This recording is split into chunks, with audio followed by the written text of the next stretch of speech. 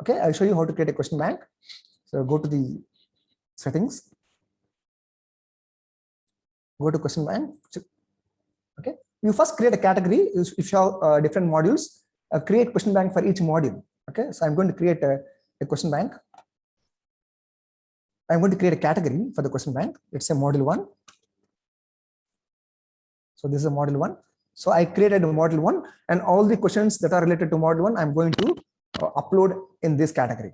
Okay, so if you want to upload questions into the module 1 category, you can choose import option, and you can choose any one of these options, any one of these formats. I'm choosing Aiken format, and here you can choose the category in which you are going to upload the questions. So as I said, you can create question bank for each and every category. So as of now, I'm going to create questions under module 1 category and choose the questions which are already aligned as a Aiken format. Okay, so I'll show you the Aiken format. So this is the Aiken format questions. This is how I align the questions in Aiken format. Just click import button. So the list of questions are imported. So I have 6 questions in my file. All these 6 questions are imported. See, a question bank is created. The question bank is created with 6 questions. And if you want, you can preview any one question.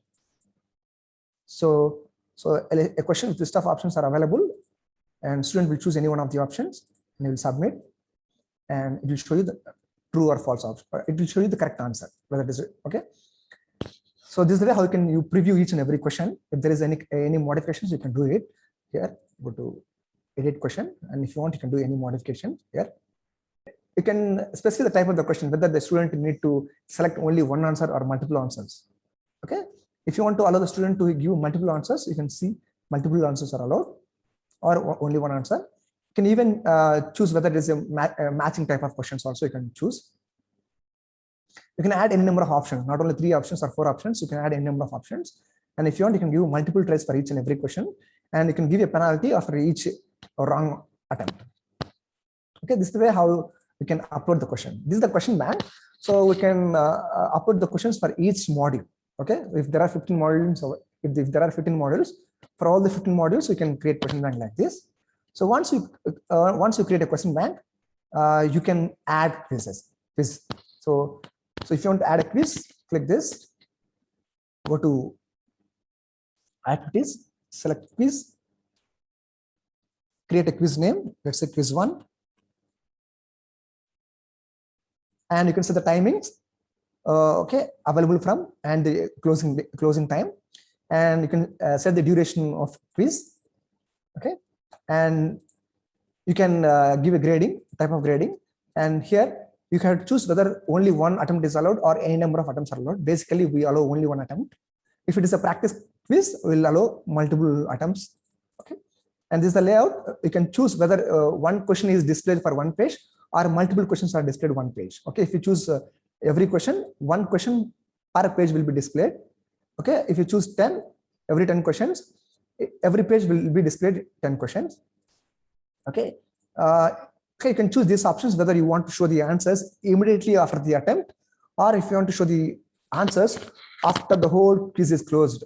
Okay, and this safe exam browser, if you want to restrict the students from coming out of the quiz environment, you can use these options. Okay, if you use a safe exam browser, students will not be able to come out of the environment. He cannot search, he cannot minimize the applications, he cannot browse the internet, he cannot use any other external tools to answer the questions. So you can restrict the students to stay in the quiz space there itself by using safe exam browser.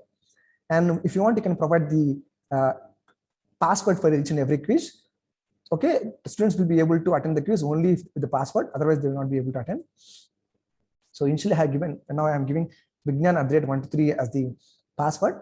Those who are having this password, they will be able to write the quiz.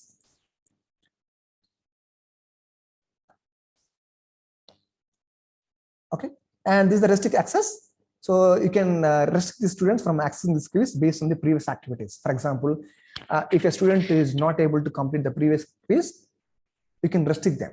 Okay, so you can restrict them like, no, these quiz should be visible only for the students who completed the previous quiz, who completed the previous assignments. Okay, if the student did not complete the previous assignment, then we are not going to display them. So this is called as personalized learning. Okay.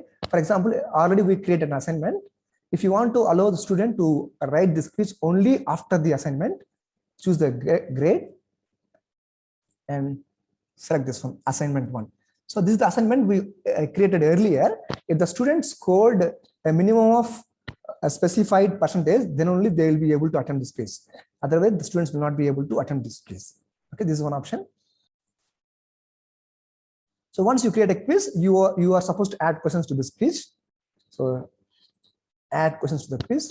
So we already created a question bank. You can get the questions from the question bank. You can choose a random question so that different students will get different questions in different order. Okay. So I have created module 1. Okay. So you can choose number of questions you would like to give. Let's say 5 questions. Okay. So the 5 questions will be imported into the quiz. And here you can specify the number of marks you are going to give for this quiz, the weightage of the quiz. Once the quiz is there, the student can start attending the quiz in the given time. Okay. So if you set the password, it will ask for the password. So this is my password. So this is the password I have given here.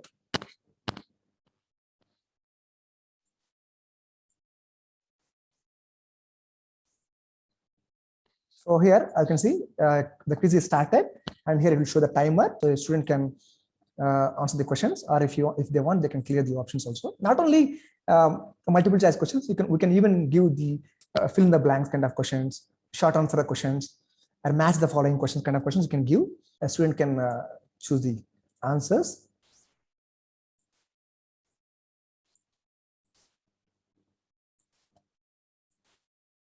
Once the quiz is finished, you can click submit button, and here you can see the summary.